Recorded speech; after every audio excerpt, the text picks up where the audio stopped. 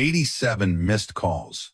That is what was sitting on my phone screen on a Tuesday morning in Atlanta, Georgia, when I could barely lift my arm to reach for the water cup on the bedside tray. 87 calls from a man who was, at that exact moment, sitting beside a pool in Cancun, tanned and rested and choosing, very deliberately, not to get on a plane. I want you to hold that number for a moment. 87. I watched it climb from a bed at Piedmont Atlanta Hospital with 2 cracked ribs, a fractured collarbone, and a bruised kidney that the attending physician described, with careful professional neutrality, as significantly unhappy. I answered not a single one of those calls. Not because I was too weak to pick up the phone, because I was saving every word I had left for something that actually mattered. My name is Walter Greer. I am 66 years old. In 1993, I leased one box truck and shook hands on an agreement with a regional produce supplier out of Hapeville and called that a business. Today, Greer Freight Solutions operates out of a 40,000 square foot facility off I-85 with a fleet of 23 trucks and contracts across 4 southeastern states. I built that from nothing, from less than nothing, from a man with more stubbornness than capital and more determination than sense, which is sometimes exactly the right combination. I have 2 sons. One shares my last name. The other shares something that cuts deeper than a name, the blood of a woman I loved and lost and have never fully stopped grieving. This is the story of the week. I finally stopped pretending those 2 things were the same. I have been carrying this story for a long time. The reason I'm telling it now is simple. Somewhere out there right now, someone is writing checks to a child who won't show up. Someone is watching the most loyal person in their life get overlooked in a room full of people, and nobody is saying it out loud. I'm saying it. The accident happened on a Sunday evening. 6:15, the corner of Moreland Avenue and Memorial Drive, 4 blocks from the barbershop I had been going to for 16 years. A delivery van ran a red light at approximately 40 miles per hour and hit my driver's side door with a force that removed any uncertainty about what was happening. I woke up in a trauma bay with a nurse shining a pen light in my eyes and asking my name. I told her. She asked what day it was. I was less certain about that part. By Monday afternoon, they had moved me to a room on the 4th floor, and the full accounting was in. 2 cracked ribs on the right side, and a kidney that had absorbed enough blunt impact to make the radiologist choose his words carefully. The floor nurse was a woman named Beverly, broad-shouldered, originally from Macon, Georgia, moved through her ward like someone who had witnessed everything this life could produce and remained, somehow, genuinely interested in every person in front of her. She called me Mr. Greer the first time, and I told her Walter was fine. She said Mr. Greer and went about her work. Some people are built to be obeyed, and she was one of them. My first call Monday night was to Derek. It is always Derek first. I have spent years trying to understand that reflex, and the most honest answer I have found is this. When you have spent decades trying to fix something, you keep reaching for it even when the reaching doesn't help anymore. It becomes habit. It becomes hope. It becomes something in between that doesn't have a clean name. Derek is 39. He works in commercial real estate, drives a car I helped purchase, lives in a Buckhead condo I helped furnish, and has been receiving $4,000 every month from my personal account for the past 7 years. I told myself for 7 years that was love. It took a hospital bed and 2 cracked ribs to show me what it actually was. He picked up on the 3rd ring. I told him where I was, Piedmont, Atlanta, room 417, 2 ribs, a collarbone, a kidney. Come when you can. The silence on his end had arithmetic in it. I could hear the calculation happening in real time. Then I heard Simone's voice underneath his, low and quick, and what she was working through was not concern. The Cancun villa departed Tuesday morning. The booking had a 72-hour cancellation window. The flights were non-refundable. The doctors hadn't said I was in any real danger, had they? It wasn't as though he had any choice, right? Derek relayed all of this to me. Not in those exact words, but in the architecture of those words, which amounts to the same thing. He said he would call every day. He said Simone sent her love. He said I should get some rest and stop overworking myself, which, coming from a man who had watched me run a freight company for 30 years with no real days off, had a quality I don't have a polite word for. He hung up before I could respond to the last part, which was perhaps the most efficient thing he had ever done on my behalf. He was gone. I put the phone face down on the tray table and looked at the ceiling. The ceiling was the particular shade of beige that hospitals use specifically because it offends no one, and I stared at it and let myself sit with exactly how I felt without managing it, without explaining it away, without doing the thing I had been doing for 7 years, deciding that the peace of the relationship was worth more than the truth of it. That ended that night. Beverly came in around 10 to check my vitals. She looked at my expression the way experienced floor nurses look at things, not intrusively, just accurately. She asked if I needed anything. I said I was fine. She adjusted the IV, made a note, and was nearly out the door when I said, quietly, that my son was flying to Cancun in the morning. She stopped. I mentioned the resort's cancellation policy. She turned around with the measured precision of a woman who has heard everything and is still, occasionally, surprised by the specific shapes human disappointment takes. She said one word, just that single syllable. Then she returned to her rounds. That one syllable kept me company for the rest of the night. I made 2 calls before 8 the next morning. The first was to Howard Briggs, my accountant of 14 years. Howard brings the exact same energy to a $2 million transaction and a $50 discrepancy, which is precisely why I have trusted every financial decision I make to him since 2009. I told him to suspend the monthly transfer to Derek's account, effective that morning, indefinitely. He asked for the amount, $4,000. He said done. He asked if there was anything else. Not today, I told him. The second call was to a home health agency on Peachtree Industrial Boulevard. I arranged a private care nurse starting Wednesday. Her name was Carol, 22 years of experience. Her voice had the specific quality of someone who has everything handled before you finish explaining the situation. Those 2 calls took 9 minutes combined. They were going to change more than I understood at the time. Marcus arrived at 3:50 inches the afternoon. No call ahead, no text. Just the door of room 417 opening, and there he was still wearing his work clothes from the distribution yard out in College Park, where he had been on shift since 5 that morning, a smudge of dried grease on the back of his left hand he hadn't completely scrubbed off. He looked at me in the bed. He looked at the sling, the IV line, the monitor, the dinner tray Beverly had delivered with genuine optimism. Then he walked to the corner chair, pulled it to the side of my bed without asking permission, sat down, put his elbows on his knees, and said 4 words. What do you need? Not, are you all right? Not, I should have known sooner. Not, I came as fast as I could. What do you need? I have sat in boardrooms where men gave speeches that moved no one. I have heard toasts at company dinners that cost serious money and earned nothing. Those 4 words, in that room, in that voice, meant more to me than all of it put together. More than I was prepared for. I asked how he found out. He told me Mrs. Dawson, my neighbor on the corner who runs her front porch like an operations center, and Mrs. Nothing on our block had called the distribution yard. She saw the ambulance Sunday night and decided somebody who cared about me should know. I made a note to bring that woman the best flowers I could find when I got out of here. Marcus asked, without requiring anything explained or softened, whether Derek had come. I told him Derek hadn't needed to. He nodded once. That was enough. With Marcus, it has always been enough. He does not need things spelled out or repositioned or made comfortable. He never has. Not since he was 8 years old, sitting at my kitchen table in East Point 3 days after his mother died, eating cereal at 2 in the morning because sleep had stopped making sense, looking up at me with eyes that were completely wrecked and completely steady at the same time, and asking, so what happens now, Uncle Walt? Patricia was my younger sister, 33 years old when a brain aneurysm ended everything, the kind that arrives without symptoms, leaves without explanation, and takes with it everything a person was still going to become. She had been raising Marcus alone. No father in the picture. No family left except me. So Marcus came to East Point. He grew up in my house. I did right by him in every practical sense. A roof, a school, a job at the company when he was ready. Every resource I had to offer. What I had not done, and what I was beginning to understand, the way hospital rooms force you to understand things slowly, with nowhere to look except the truth was, acknowledge him in the ways that actually cost something.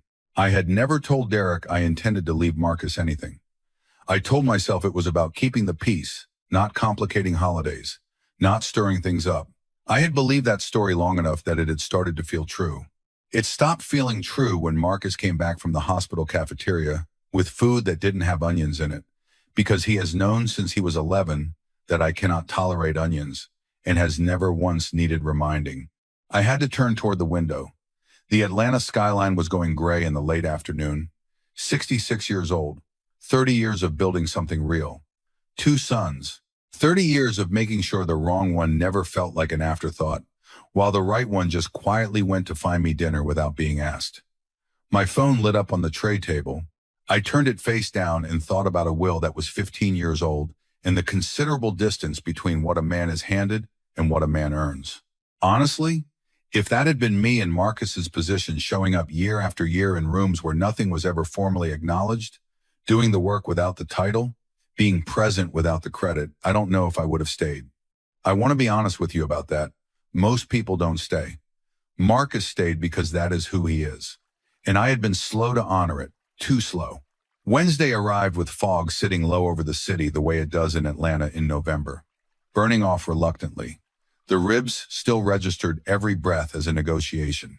My phone had accumulated 87 missed calls, and I had returned none of them, not because I was incapacitated, but because because I do not speak until the words are going to mean something. I have released 11 people in 30 years of running a business.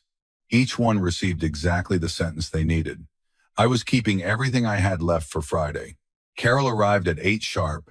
60 years old, silver locks, moved through my room with a quiet efficiency that announced nothing about itself. She shook my hand, reviewed my chart, looked at me directly, and asked whether I had slept and whether I had eaten. Marcus brought something the night before, I told her. She asked if Marcus was family. Yes, I said, the way I should have been saying it plainly, out loud, for 20 years. She nodded like it was simply a fact, being confirmed, and went about organizing what needed organizing. In 45 minutes, she had restructured my medication timing, flagged 2 things the floor nurses had missed, and identified a ventilation problem above my bed that had apparently been cycling stale air for weeks. It was addressed before noon. 7 years of $4,000 monthly transfers to Derek. 45 minutes with Carol, and she had done more useful, concrete work on my behalf than he had managed in a decade. I let that thought come. I let it go. It had edges, and I didn't need to linger on it. Marcus came back at 10:30 with dark roast coffee from the place on Ponce de Leon I had been going to since 2006. 2 sugars, no cream. He handed mine across without asking, because he already knew. He had known since he was 13, riding shotgun on Saturday mornings while I worked through the week's freight manifests, absorbing everything and asking the right questions and never the wrong ones. Patricia told me once that Marcus understood people the way other children understood games completely, permanently, intuitively. She was rarely wrong about anything and was least wrong about her own son. We sat the way 2 people sit when they have nothing to perform for each other. I told him I had an appointment with Conrad Ellison the next afternoon. Conrad had been my estate attorney for 18 years. The will was 15 years old, I told Marcus. I had written it at a time when I thought keeping the peace and doing right by people were the same objective. I had learned, since then, that they were not always moving in the same direction. Marcus looked at the window. He told me I didn't owe him anything. He said what I had done after Patricia died was more than enough. A home, a future, a place to stand. I told him to let me finish what I had started. He held my eyes for a long moment. Then he picked up his coffee and nodded once. That nod was going to change his life. I didn't tell him that yet. If you have ever been in a room where the most loyal person present went unacknowledged while everyone else collected the credit, you understand something about what I was sitting with in that hospital room. And if you have ever been on the other side of that, the side where you told yourself the arrangement was fair because the arrangement was comfortable, you understand something about what I had been doing. Both of those things were true about me in that moment. I was on both sides of it at once. Derek called at 2. I answered because it was my time and I was choosing how to use it. His voice had changed from Sunday night. The warmth was gone, and what was underneath was tight and controlled, the voice of someone who has received unexpected information and is sorting through what it means for him financially before he works out what it means for him emotionally. He said Howard had reached out. I said I expected he had. He started about the villa, the deposit, the non-refundable flights, how this was unfair and unexpected. I told him quietly, without heat, that I had been listening for 7 years while he explained things to me. We had never actually talked. There was a distinction, and it mattered. He said, "Let me put you on speaker." "Go ahead," I said. Simone came in sharp, said my name, asked about the injury, deployed the warmth that had always been deployed precisely when something was needed. I told her I knew what the warmth covered. One sentence, flat and final as a door closing. I told them both we would speak in person when they returned. Then I ended the call. Marcus was watching me from his chair. Not triumph, not satisfaction. Something between grief and relief, the look of someone watching a man set down a weight he has been carrying for an unreasonable amount of time. He asked if I was all right. I told him I was getting there. He drank his coffee and did not push.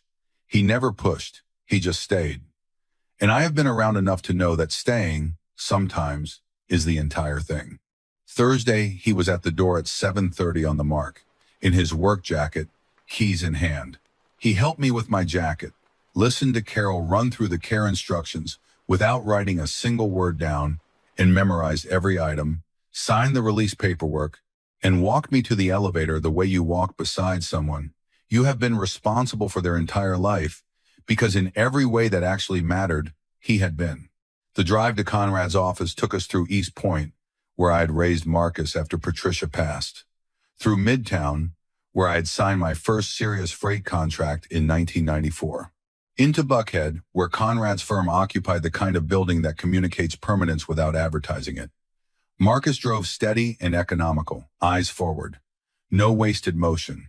We didn't talk. We didn't need to. Conrad met us in the lobby himself. 68 years old, gray suit, the demeanor of a man who charges appropriately for his time and earns every dollar of it by keeping his own opinions entirely out of your business. His conference room smelled like old wood and serious decisions and the particular gravity of things that will outlast the people who made them.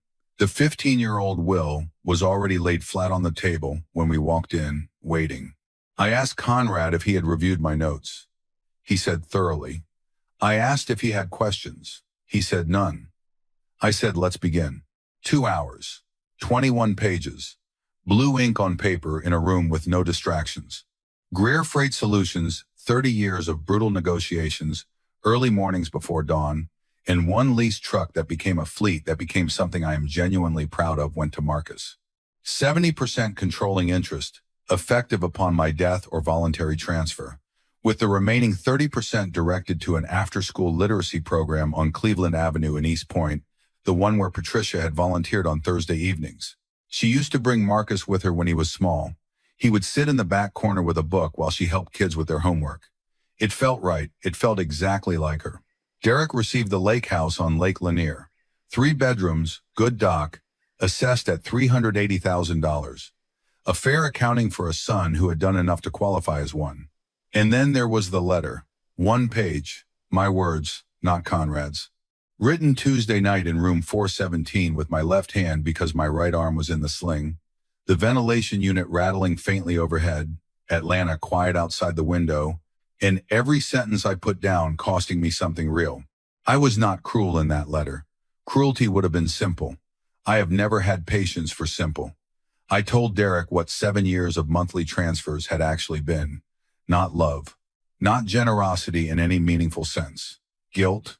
The guilt of a father who watched himself build a financial relationship with his own child 1 month at a time and kept signing checks instead of having the one honest conversation that might have changed the direction of things. I told him the transfers were done. I told him I loved him completely, without negotiation, the specific love of a man for the child he raised, the kind that does not revoke itself regardless of what the child does with it. I told him that love and financial support were 2 separate things and that going forward I was responsible for one of them, and he was grown enough to know which. Conrad sealed the envelope himself and marked it for courier delivery to Derek's address on Friday morning. Marcus pulled back into the hospital parking lot at 1:40 and cut the engine. We sat in the quiet car and I watched the side of his face. Patricia's jaw. Patricia's particular stillness, her capacity to be fully present in a room without making the room about herself. I told him what had happened inside Conrad's office. He started to say my name. I told him he was getting the company. The silence that followed was the longest of the entire week. Marcus sat inside it the way he sat inside everything, without flinching, without manufacturing a reaction he didn't actually feel, without performing anything for my benefit or his own. When he finally spoke, his voice was low. He said it was too much. I told him it was exactly enough, and that he should not argue with a man who had 2 cracked ribs and no remaining patience for false modesty. The real smile came then, not the controlled, careful expression he wears like a second layer of skin. The actual one, the one I had seen maybe a dozen times in 36 years, always catching him sideways when something arrived that he hadn't built a defense against. It lasted 4 seconds. Then it was back behind everything else, and he was quiet again. He said Patricia would have had something to say about all this. I told him she would have cried first, and then she would have told me it was about time, and she would have been right on both counts without any question. We sat in the quiet car a while longer. Then he got out, came around to my side, helped me to my feet without making anything of it, and walked me back inside. No announcement, no production. Just the act, which is the whole point of Marcus, always has been. Derek was standing outside room 417 when we stepped off the elevator. Travel clothes, expensive carry-on luggage, the particular color of someone who has spent real days in genuine tropical sun and came home from it earlier than planned. The expression of a man still working out what to feel and how much of it to show. Simone was not with him. She had apparently assessed the situation from the parking level and made a sensible decision. Smart woman. He looked at me. He looked at Marcus. He looked back at me. He said I had cut the transfers and changed the will, not as questions, because he already knew. Information moves fast in this city, especially when it touches money. I told him the documentation would be with Conrad Ellison Friday morning, and there was a letter he needed to read before he called anyone or did anything else. He said my name. I said his name. I held his eyes and kept my voice the way I have kept it in every negotiation that actually counted, flat, quiet, and completely unmovable. I told him flying home early told me he already understood something had shifted. What he did not yet know was how permanent that was. I told him to read the letter first. Then I said what I've been saving the whole week to say. I told my son I loved him. No apology wrapped around it. No cushion. Clean. I told him I had loved him every single day of his life, and I would love him every day of whatever was left of mine, and that was not changing, not for anything. I paused the way you pause when the sentence coming next is the one that genuinely counts. Then I told him I was finished paying for the privilege of his attention. The words landed on his face the way truth lands anger first, because anger is always the first layer, and then something underneath the anger with a different quality, less certain of itself, quieter. Something that might, if he chose to give it space over the years ahead, grow into something worth having. I could not make that choice for him. I never could. That was always going to be his. He did not respond. Marcus held the door to room 417 open. I walked through. The corridor went quiet after a while. Stayed that way. Beverly came in 20 minutes later. Took one look at the room the way she always took. One look at things comprehensive, immediate, and told me dinner was in 15 minutes, and this time I was going to eat it. Yes, ma'am, I told her. I sat on the edge of the bed. Marcus took his chair. Atlanta turned gold outside the window in the late November light. That particular southern afternoon light that makes hard things look like they might have been worth something after all. The light that Patricia used to stand at her kitchen window in East Point and watch move through the glass and say it made the whole city look like it was trying its honest best. My phone lay on the bedside table, screen up, silent. No numbers climbing. Just quiet, the clean, earned kind that comes at the end of something that needed to end. Greer Freight Solutions had the right hands on it now.